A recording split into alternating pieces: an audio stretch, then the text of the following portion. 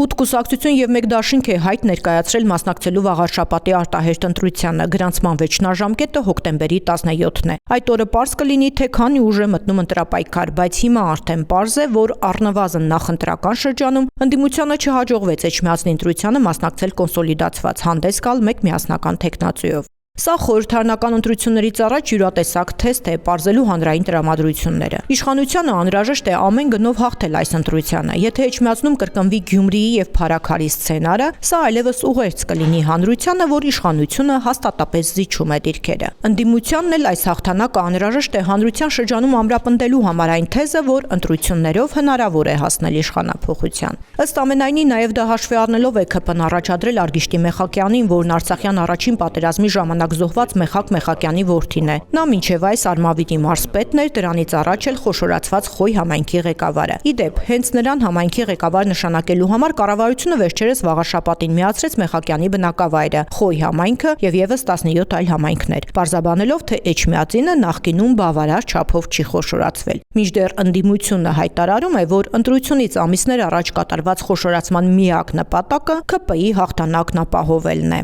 Իդեպ, Էջմիածնի ընտրությունը իշխանության համար որոշիչ է լինելու նաև ամենայն հայոց կաթողիկոսին հեռացնելու գործընթացը հանգուցալուծելու առումով։ Կա տեսակետ, որ Փաշինյանը սպասում է ընտրությունների արդյունքին։ Եթե ԿՊ-ն Էջմիածնում հաղթի, ապա կտրուկ գործողությունների է դիմելու վեհափառին մայր աթոռից հեռացնելու համար։ Լարվածությունը հիմնականում գալիս է ԿՊ-ականների ԿՊ-ական մոտեցումներից, այսպես։ Էջմիածնի ընտրություններում իշխանության թեկնածուի գլխավոր մրցակից է համարվում հաղթանակ դաշինքի ցուցակը գլխավորող Սևակ Խաչատրյանը։ Նրան առաջադրելու համար դաշինք են կազմել Հայ հեղափոխական դաշնակցությունն ու Առաջ Աչակենտրոն կուսակցությունը։ Այս ընտրությունը նաև որոշակիորեն լույս է սփռում, թե համապետական ընտրություններից առաջ ուժերի ինչպիսի վերադասավորումներ ու միավորումներ կարող են լինել քաղաքական դաշտում։ Օրինակ, Հայրենիք կուսակցությանն աջակցելու մասին է հայտարարել Արցախի պաշտպանության նախկին նախարար Սամվել Բաբայանը։ ԱԱԾ նախկին ղեկավար Արթուր Վանեցյանի հիմնադրած կուսակցության ցուցակը գլխավորում է բանաստեղծ հրապարակախոս Խաչիկ Մանուկյանը։ Վաղարշաբաթ խոշորացված համայնքի ընտրություններին մասնակցում են նաև Մայր Հայաստան, Ժառանգություն, Ազգային առաջընթաց, Ազատ դեմոկրատներ, Համահայկական ճակատ եւ Հանրապետություն կուսակցությունները։